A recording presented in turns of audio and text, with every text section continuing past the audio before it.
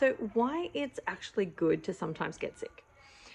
Now, apologies for the camera angles and the movement and all the other fun stuff. I don't have my tripod, so you're kind of just resting on my hand there. I just posted a comment on Facebook, and the comment was, those who never get sick often are just as bad as those that are always sick. Now, what that means is, I'll explain it, because I had a couple of people who were like, can you please explain? Other people are like, no, that it was good to never get sick. And I'm like, remember, your body has an immune system, and that immune system is kind of like the defense force of your body. It's the thing that protects you against getting really sick and getting, really bad things, or when something comes on board, it's a thing that like jumps into action to kick out the invading forces, essentially, which might be a virus, it might be a parasite, it might be something else that's come on board. And it jumps into action to defend you against those things. Now, imagine you've got an army that's just sitting around doing nothing. Like it's, maybe you're feeding it so it's nice and plump, but it's not actually got biceps and strong muscles because they haven't been doing any chin-ups. They haven't been actually practice fighting. They haven't done any like little tiny battles where they're learning strategy or any of those types of things. So when you've got a body that hasn't had any sort of sickness whatsoever, that's when it actually is going to have the most amount of problem, when something big comes along. So you'll see this, for example, in some of the native tribes. So, here in Australia, it was the Aboriginals, and we had, colonization happen. With the colonization came diseases that the Aboriginals were not accustomed to. They hadn't built any level of immunity to, because they were suddenly thrown into them. Whereas those people who brought them over, they had been around them for a little bit. So that actually developed immunity to them. They developed a strong, robust immune system that actually helped defend against those particular viruses and things, that pathogens that they were exposed to. And then, that they then exposed the native people to it. And it was foreign, it was completely foreign. They weren't viruses that were here, they weren't pathogens that were here already. And so they had no building up to them. They didn't build up to them from when they were little, etc., etc. They were just invaded like a bomb went off. And they had no protection against them because they were foreign and they were new and they weren't being exposed to them. Whereas the Aboriginal people were actually immune to certain things that actually were problems for the colonizers, because they had not been exposed to those things that were actually here in Australia. And they had very different lives. So there were things that, each party brought to the table in regards to immune system basis, but also problems from environmental factors as well as diseases that were carried and so forth. And so that's just kind of like a little scenario of it. Now, one of the things that I see in clinic often, and again, if you're new here, I'm a naturopath and a herbalist, so I see patients from that health perspective, from, working on natural health. And so one of the things that I see in clinic is often some of the people who come along with some of the worst problems. So for example, they might come with a stage 3 aggressive cancer, and they'll say something along the lines of, I don't know how this happened because I never get sick. And that never getting sick is a part of the problem. It's your immune system hasn't practiced to be able to defend itself successfully. And there's a number of reasons why. And I'm giving you a general overview, not a detailed explanation, just so you're aware of that. And remember, while I'm a naturopath, I'm not your naturopath. Unless you've booked in with me and we are working together, I'm not your naturopath. So this is general information, not to be necessarily used to implement in your own life. Go and see a practitioner to see if it will be effective. But from that perspective, what's often happened is a number of different things. One of which could be that the individual has been running so hard and so fast in their life, like they're burning the candle at both ends, that their body has given up messaging them and telling them that something's wrong because it's being ignored completely anyway. And it's overwhelmed with all the jobs that it's trying to do to keep you alive. And so they crash and burn. And that crashing and burning is that process of like they end up with something significantly worse than if they were getting little sicknesses. And when I talk about that and I say never getting sick, what I mean is like, maybe once a year or something, you'll get a bit of a sniffle. You don't even have to get a massive big cold or flu. It could be just, I've got a bit of a sore throat. I think I might go to bed early. Or I'll have a bit of a lemon tea or something because my throat is sore. And then your body fights that off. Like, that's enough for your immune system to be reignited, and for it to be, you know, the antibodies to be revitalized, and your immune system to be strong and robust and protect you. You don't have to necessarily always break out in, you know, symptoms that go on for weeks and days and so on. So that's one element, in the sense of, it doesn't have to be big. I'm not meaning that you have to have like a big ginormous cold that takes you out for months on end. No, I'm meaning it could be, I've got a sore throat, and you know that you're not feeling maybe quite right, maybe not quite 100%, you're a bit tired, you go to bed early, you've got a sore throat, you wake up and you're fine the next day. That rest was enough to help your immune system get on top of it and defend you. It could be, so when we're going back to the reasons as to why that is happening, one of which is people often are burning themselves out, and there's nothing left. And so the body's not signaling them. The other is often sometimes that the immune system is focused on other things. And this is where we start to see people move more into that autoimmune space. So again, they might be, I never got sick. I was really well. I exercised lots. Like, you know, I was running around doing all the things, and then whammy, something happened and I became really, really sick. And this is where I see them in that chronic health space. And again, what has often been happening for them when I start to unpack the journey is that their level of toxicity that was coming into their body was much higher than what their body was able to cope with removing and getting out. And when our body takes in more toxins than we can get out, it starts to call in the accessory detox organs. So the accessory detox organs are our lungs, and that's where people might end up with a respiratory issue.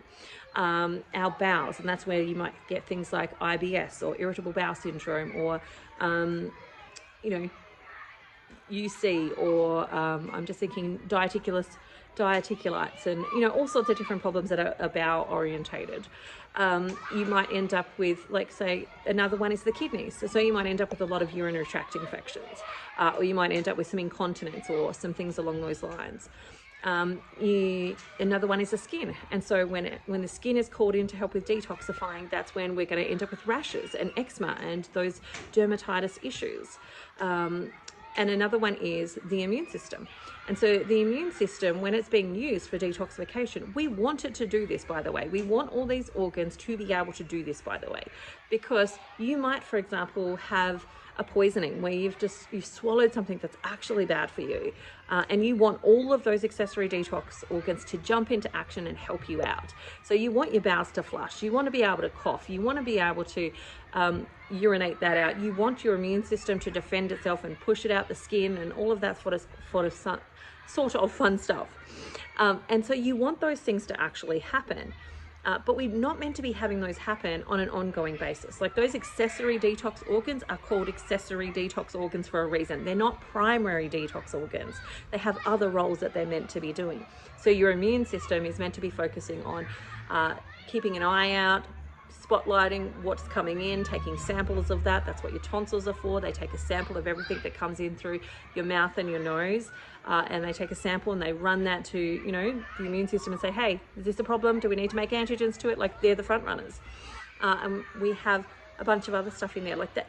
They're meant to be looking out and defending you. And if it has to do detoxification for ongoing long-term periods, that's when it starts to get confused and it starts to break down, in the sense of it gets confused about what its role is, or it's not doing its role properly. So people won't be getting the symptoms of sick, because the immune system is just not actually even mounting an attack anymore. Or it's such a weak attack that it's not actually producing things like a fever, which is helpful to slow down the growth of pathogens and speed up our immune system. So we're not getting the fever, for example. We're not getting some of the other signs and symptoms that we would normally get. And so that's when we then start to move into that space of autoimmunity. And that's where people come along and they go, I've got this autoimmune disease. I don't know where it came from. Like, you know, really, I was healthy and well, and then I got whammied with this. And they don't know where, like, they feel like they don't know where it came from because they didn't have this slow progressive sickness that happened. They might have been a significant trauma event, for example, that was the trigger, that toppled them over the edge. And that can be, you know, maybe they got COVID, or maybe they had a baby, or maybe they had something else, like they were in a car accident or something, and it was enough to push them over the edge.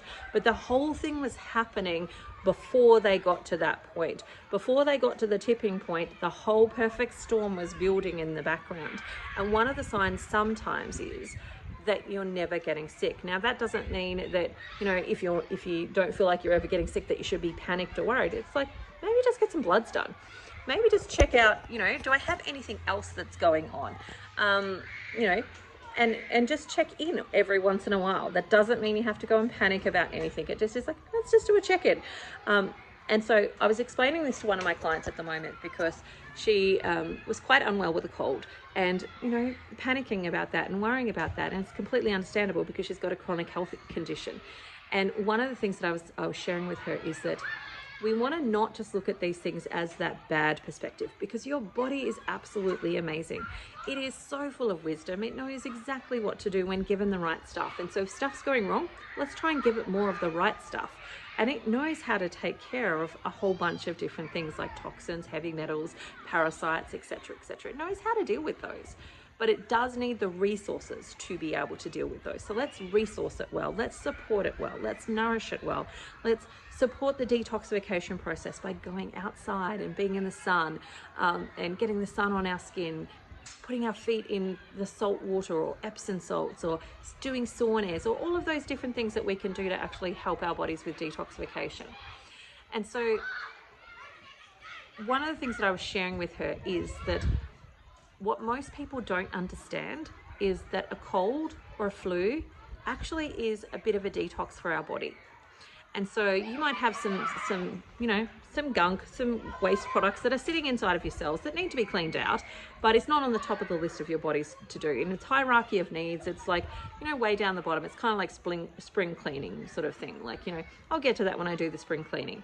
The way I explained it to my client was that it's kind of like that junk drawer. We've all got one in our house where we just stuff the junk, and then occasionally the junk drawer gets so full that we have to pull it out and empty it and clean it out and so on. But when you get a cold or a flu, it's like pulling out all the junk drawers and throwing them on the floor. And so you feel lousy because it's a massive mess, and all of the toxins out of those cells have been pushed out of those cells. But it can also be really beneficial for us. Now, it doesn't feel great, but if we support ourselves properly, we can get through it really well, and we can get cleaner on the other side, because as those toxins have come out of the cell, if we use some things like some binders, maybe if we use some fat, if we use some good nutrition, and we use some practical lifestyle things that we can do, like breathing fresh air and getting outside and sitting in the sun, which used to be a part of our medical model for when somebody had a cold or an illness, was they would take the patients outside and sit them in the sun, you know, for 20 minutes a day, and then take them back inside. Now we just lock them inside all day and hope that they get better. Like, we've left some really good stuff behind in our progression of moving forward. And so if we support ourselves right through that, what can often happen, and this is what I see with clients all the time, is that they get the cold, they feel lousy when they get it. We support them effectively, so we give them immune stuff while they're in the immune stage, and then as they move through the immune stage, we move into detox stage, and we start to give them all the stuff that's going to help them with that detoxification process and bind up a lot of those toxins that have been coming out of the cells. And when we do that, on the other side, they actually have taken a couple of steps forward in their healing journey. Now, I'm not saying go out and get yourself cold or a flu. I'm saying, but when you do get one, there are some benefits for your immune system, because it's training your army to be strong. You're building antigens to that particular pathogen that you were exposed to, and it's helping it defend itself again the next time that you're exposed to it. And the next time you're exposed to that thing, you may not ever actually even get sick, because you've already got antigens to it. They just reignite, jump into action, and you're none the wiser that you've just fought off, you know, at the next cold that you've been exposed to. But the other side of that is that it can be really beneficial from a detoxification perspective. So if you've been, you know, if you've had a practitioner say to you, hey, you've got heavy metals, it's often a time when you're going to shift some of those heavy metals. So a sign of that is lots of urination. So if you find yourself going to the toilet a lot, that's a really good sign. And that's where I would be saying to you, really make sure that you are upping your fluid intake at that time so that you can flush out as much of those toxins as you possibly can. Get outside, spend some time in the sun so you can support your skin as it gets rid of those. Breathe around seas or trees. If you live near the ocean, go and breathe in the salt air. It's really good for your lungs and helping them to detoxify. If you don't live near the beach, go around some trees, get into the middle of a bush or a park and actually breathe in, Japan, it's called ocean bathing, it's oxygen bathing, where you just go and lay around the trees and you just breathe in the oxygen around them. Help support those accessory detoxifying organs so that you can get the most out of that cold and limit the ongoing effects of it. So I hope that kind of clarifies it. I'm sure there's going to be more questions after these. Pop them below. I'm happy to answer them. Might do another video on it.